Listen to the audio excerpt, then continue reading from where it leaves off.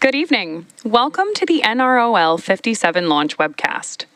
The Falcon 9 rocket carrying tonight's payload is live on your screen and currently awaiting liftoff from Space Launch Complex 4 East, or SLIC 4E, at Vandenberg Space Force Base in California, just about 8.5 minutes from now. Hi everyone, my name is Ronnie Foreman and I am a Senior Sales Manager here at SpaceX. Tonight's mission carries a national security payload designed, built, and operated by the National Reconnaissance Office, or NRO. This mission continues the NRO's cutting-edge capability of building and developing the U.S. government's largest satellite constellation in history, designed to deliver critical information that can only be obtained from the vantage point of space. Both the range and vehicle are currently green, and we are on track for an on-time liftoff today at 11:49 p.m. Pacific. As a note, we will not be showing any Stage 2 or payload deployment views at the request of our customer this evening, but there is still a lot to cover for tonight's launch. So for now, let's meet our Falcon 9 rocket. Hello everyone, my name is Amanda Years and I'm a ground systems engineer here at SpaceX. This coming Monday is the anniversary of SpaceX's first launch ever, Falcon 1 Flight 1, which lifted off from Amalek Island on March 24th, 2006.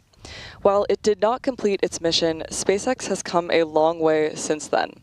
Falcon 1 made its final flight in 2009 before it was retired, but it paved the way for our trusty Falcon 9 rocket, which has completed 447 missions to date. Falcon 9, which you can see on your screen, is a two-stage rocket developed and manufactured by SpaceX and known for its safe, reliable, and cost-effective access to space. It is also the first orbital-class rocket capable of reflight. Engine chill has started. Good call out there for engine chill. Now, this first stage booster is performing its fourth flight supporting this mission. Together, Falcon 9 and Falcon Heavy have completed more than 450 launches and over 380 reflights. Today, this first stage booster will be attempting to return to Earth and land at Landing Zone 4 at Vandenberg Space Force Base.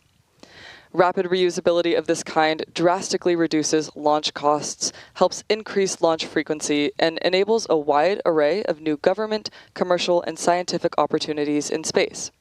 Lowering the cost of access to space is helping us take... Stage 1 RP1 load is complete. Good call out there for Stage 1 RP1 load. Lowering this cost of access to space is a major part in taking humanity's next steps into the solar system, whether low Earth orbit, geosynchronous orbit, interplanetary, or even deep space. Now, when costs are lower, government and commercial customers can launch more missions, which helps accelerate development. This also helps commercial satellite and private research customers afford to launch more projects to space, which helps stimulate innovation in turn here on Earth. Missions like SpaceX's Transporter and Bandwagon rideshare programs help make access to space even more affordable by sharing the cost of a single launch across many customers. So all of this is to say, reusability is the key innovation that is making space more accessible for the industry as a whole. Now back to tonight's mission. Both the weather and vehicle continue to look good for an on-time liftoff. Let's talk about what to expect in the lead-up. Coming up shortly, the Transporter Erector, or the TE, will retract away from the Falcon rocket. The TE is the large truss structure that you see just to the right of Falcon 9 on your screen. The first stage is connected to a launch mount at the base of the TE, but the TE is hinged and will retract about 2 degrees. By pressing for strong back retract. There's confirmation from Mission Control that we're pressurizing the tanks on Falcon 9 in preparation for that retraction we were just talking about. Now again, the TE is going to pull away just about 2 degrees away from Falcon 9 in preparation for liftoff, and that will begin by opening up the clamp arms around the base of the fairing. So hopefully we'll have a view of that for you in just a couple of seconds. You may also hear the TE referred to as the strongback by our mission control team, and it does a lot of heavy lifting in the lead up to launch. The strongback is designed to transport, raise, and support Falcon 9 with the launch pad. There's confirmation that lowering has started, and we're getting a great view of those clamp arms opening up on your screen there. Falcon 9's payload fairing is about 17 feet in diameter, so just for a quick frame of reference, the fairing on your screen would house roughly an average size fire truck. The TE is equipped with umbilicals, or flexible lines, that are used to route the vehicle's fluids, power, and telemetry from the ground systems to the rocket and payload, until Falcon 9 switches to internal power and clears the launch pad. You can see the TE pulling away from Falcon there. And just at liftoff, we'll see it move back to a full 45-degree retraction to clear the way for Falcon 9's ascent. At this point in the countdown, both the first and second stages are nearly fully loaded with 1 million pounds of rocket-grade kerosene fuel and liquid oxygen. The first and second stages should finish propellant loading about a minute apart from each other. We're expecting the call-out for first stage completion at the T-3 minute mark, and the second stage call-out should be at T-2 minutes. As you may have noticed, there are white clouds forming around the vehicle on our launch pad right now. Those clouds are comprised of chilled gas from above the surface of the liquid oxygen tank that is vented overboard to maintain pressure in the tanks as needed. When that vented oxygen mixes with the warmer California coastal air, it condenses into clouds. Stage 1 LOX load complete. There's confirmation of Stage 1 liquid oxygen loading completion. Next up, we are standing by for the same call-out on board Stage 2. Then at T-60 seconds, Falcon 9 will be in startup. This means that the rocket's autonomous internal flight computers will take over the launch countdown. Then just inside of T-2 seconds, we will light the M1D engines for liftoff. At this time, the payload continues to be healthy, and the Falcon 9 team is tracking no issues on the rocket. Weather is still green, and the range is ready to support our T0 of 11:49 p.m. Pacific time. And with that great view, we are proceeding into the last few minutes of terminal count.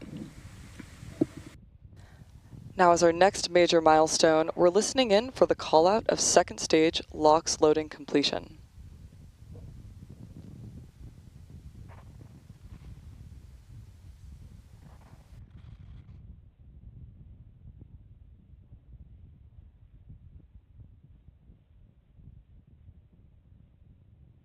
There you see a great view of those white clouds. Stage 2 LOX load complete.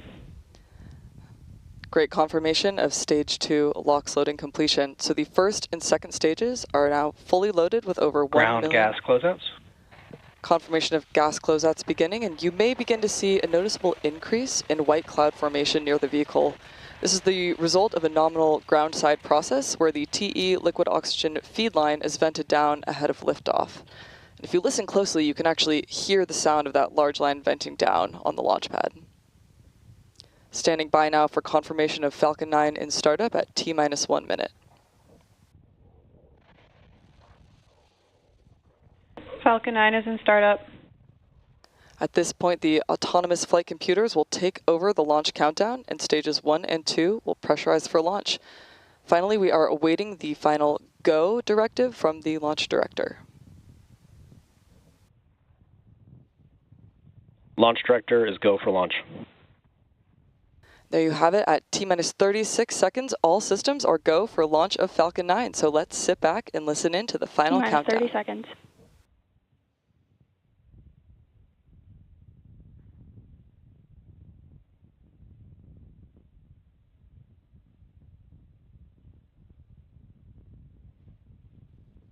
T-15 seconds.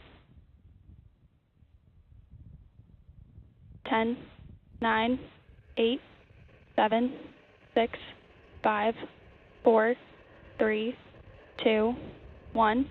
Ignition. Liftoff of the Falcon 9. Go SpaceX, go NROL-57.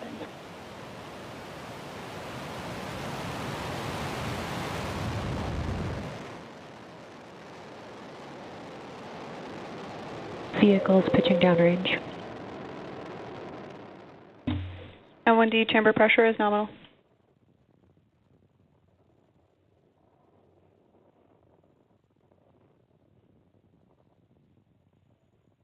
At T+30 seconds and counting, Falcon 9 has successfully lifted off from Slick 4E at Vandenberg Space Force Base in California.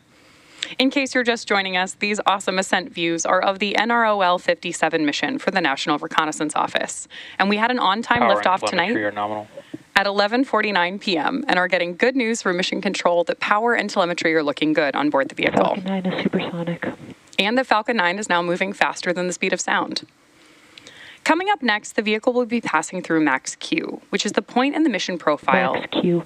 Right on schedule. The vehicle has experienced the greatest amount of aerodynamic pressure that it will see on ascent. Now coming up next, we'll have several events happening in quick succession, starting with main engine cutoff, followed by stage separation, second engine start 1, and then our boost back burn.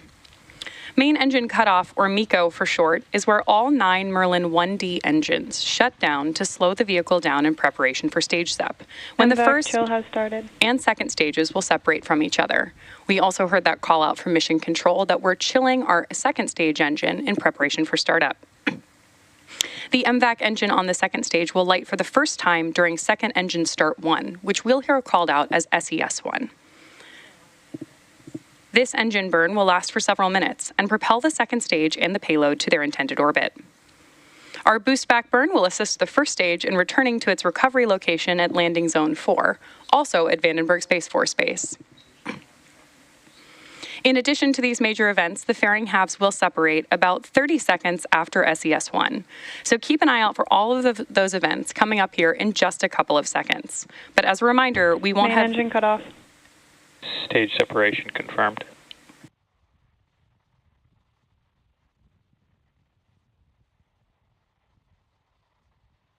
Stage 1 boost back startup.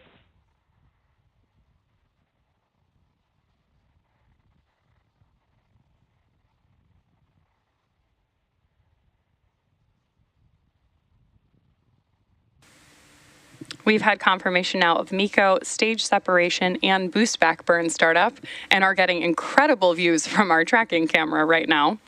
Now, as a reminder, we're not showing any views of the Falcon 9 second stage or payload today at the request of our customer. We are, however, standing by for that call out for fairing deployment. Fairing separation confirmed. Right on schedule. Both payload fairing halves supporting today's mission are flight proven. One half is flying for its 17th time and the other for its 4th. We will, of course, be attempting to retrieve these fairing halves again today once they fall back to Earth with our recovery vessel Go Beyond. Stage 1 boost back shutdown. And we have confirmation of boost back burn shutdown. We are currently at T plus 3 minutes and 30 seconds into tonight's mission following a successful liftoff from Both Vandenberg vehicles Space. are following nominal trajectories. Good call out for trajectories. Our nominal liftoff time today was 11:49 p.m. Pacific time. And coming up in just a few minutes will be the entry burn of the Falcon 9 booster as it continues on its journey towards landing zone 4. This entry burn is the second of 3 burns that Falcon 9 will complete in its descent. Now, as a reminder, tonight's mission is a return to launch site recovery, which involves landing the first stage back at Vandenberg Space Force Base at landing zone 4, which is just a short distance from Space Launch Complex 4 East.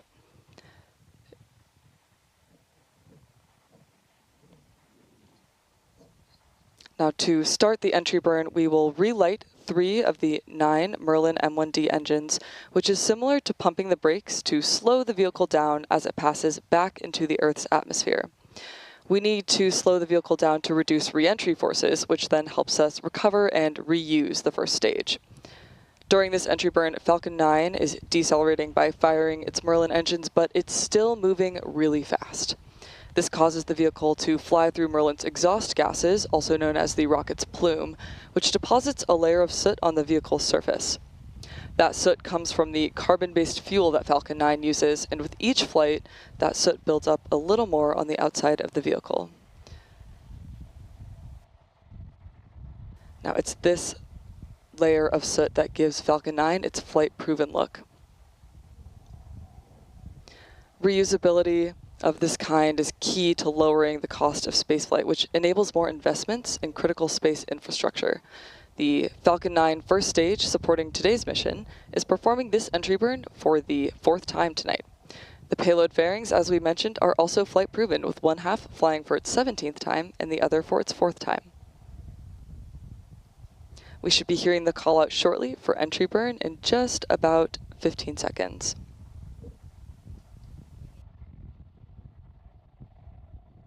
Now, as a reminder, we will not be sharing any views of our second stage this evening at the request of our customer, and we are currently awaiting views of that first stage on its descent.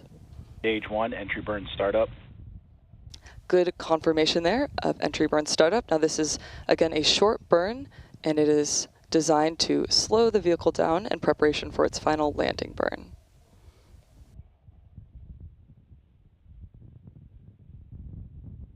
Stage 1, entry burn shutdown. Now coming up next will be that first stage landing burn. Trajectory nominal.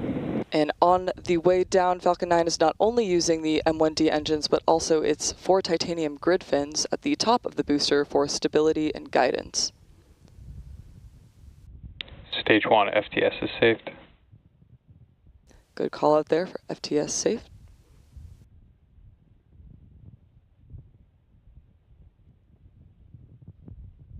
Now the Merlin M1D engines we've seen firing on that first stage are optimized for sea level performance, and Stage they 1, transonic. each achieve 190,000 pounds of thrust during ascent and descent. So to put that in perspective, Falcon 9 has a combined total thrust of more than 5 747 airplanes at full power. Stage 1, landing burn. Confirmation of landing burn startup. We are now waiting for Falcon 9 to land at landing zone 4. Again here, some absolutely stunning views. Keep an eye out for landing leg deployment just prior to touching down at landing zone 4. This is the final Stage 1, burn. landing leg deploy.